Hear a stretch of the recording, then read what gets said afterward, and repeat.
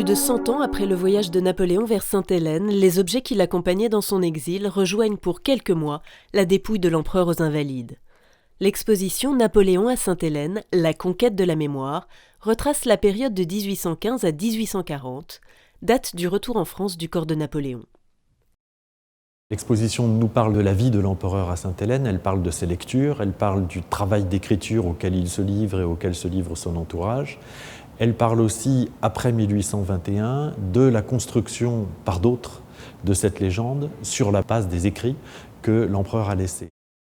Lors de ses 5 ans et 5 mois d'exil, il écrit ses mémoires et réécrit l'histoire. Les effets personnels emportés lors de son voyage, ainsi que les meubles qui l'entouraient dans sa résidence de Longwood House, sont présentés en France pour la première fois. Beaucoup, comme l'épée d'Austerlitz ou le lit de mort, sont emblématiques. Il y a un très grand nombre d'objets qui sont propres à émouvoir, à proprement parler, parce qu'ils ont le statut de reliques. Ils ont environné le grand homme. Il y a ces magnifiques globes terrestres et célestes donnés par Napoléon à Bertrand pour l'éducation de ses enfants. Il y a aussi les petites pièces du quotidien qui permettent d'imaginer l'empereur à sa toilette. L'exposition nous éclaire sur les relations de l'empereur déchu avec son entourage et le culte dont il a fait l'objet après sa mort.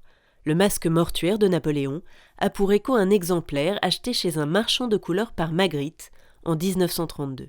René Magritte, après avoir acheté ce masque, a pris ses pinceaux et a peint sur le visage aux yeux fermés de l'empereur un ciel bleu parsemé de nuages.